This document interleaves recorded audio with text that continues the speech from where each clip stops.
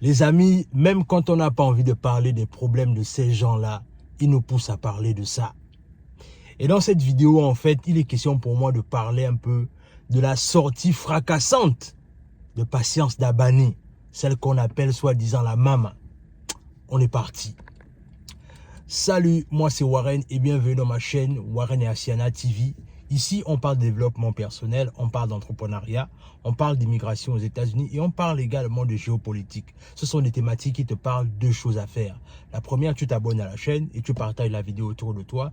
La deuxième, tu nous suis à travers nos réseaux sociaux, notamment Facebook et Instagram. Et pour toutes les personnes qui veulent venir étudier aux États-Unis, n'oubliez pas qu'on a monté une entreprise qui s'appelle Nexus Consulting.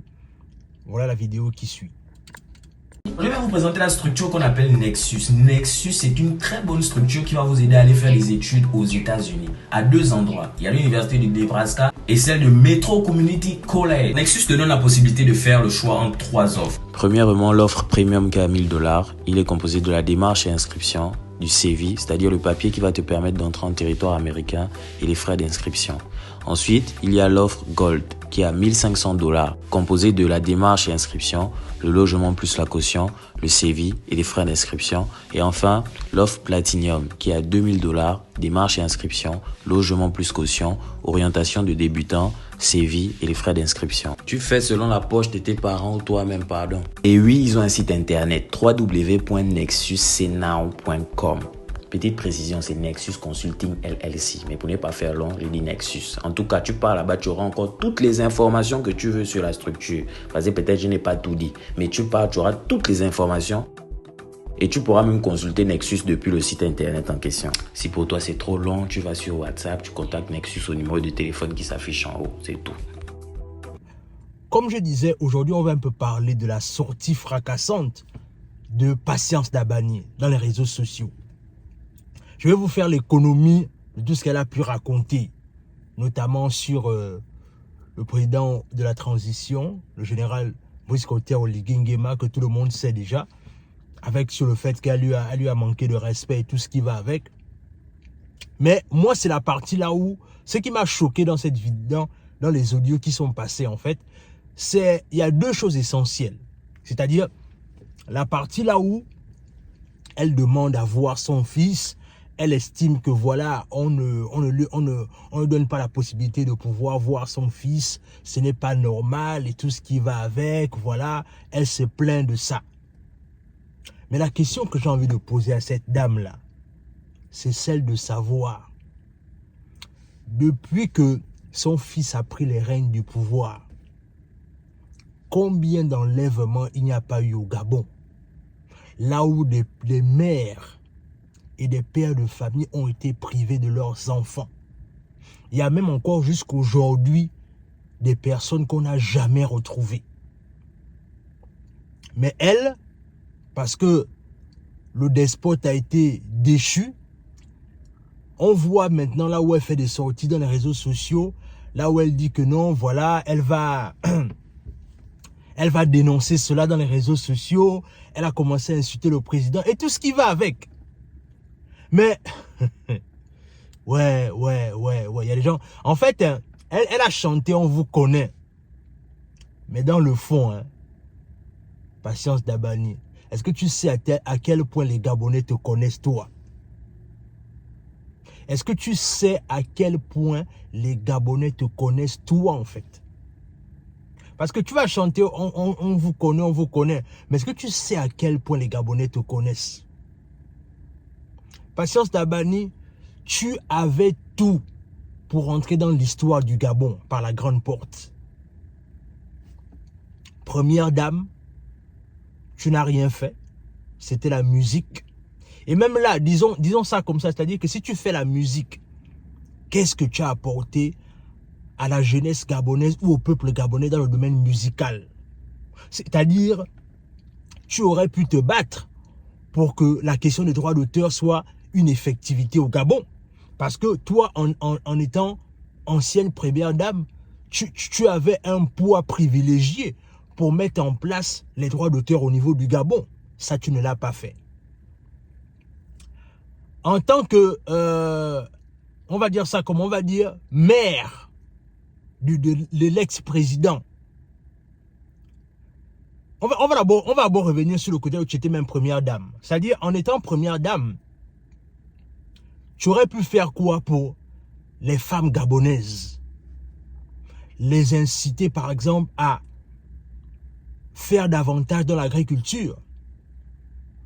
Leur donner des moyens qui pouvaient faire en sorte que la dame gabonaise, à travers toi, se reconnaisse en fait. Tu aurais pu encadrer, par exemple, les mamas d'Akébé qui vendent le manioc là à Québec.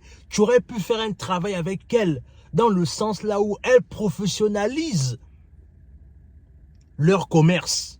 Elles amènent ça à un autre niveau encore plus supérieur parce que tu avais les moyens pour le faire. Non, tu ne l'as pas fait. La deuxième chose, c'est que tu as été fille de... mère d'ancien président de la République. Ce que tu aurais pu faire, tu aurais pu voir la situation des filles mères. Tu aurais pu aider la jeunesse gabonaise, la femme gabonaise à avoir une place particulière. Mais qu'est-ce que tu as fait? Tu n'as rien fait. Même rien, tu n'as pas fait. Mais aujourd'hui, parce que ton fils est quelque part, tu vas venir nous fatiguer. Maintenant, là, subitement, tu deviens une activiste. Tu deviens une activiste subitement. Tu veux dire, tu vas dénoncer le fait qu'on ne te laisse pas voir ton fils dans les réseaux sociaux.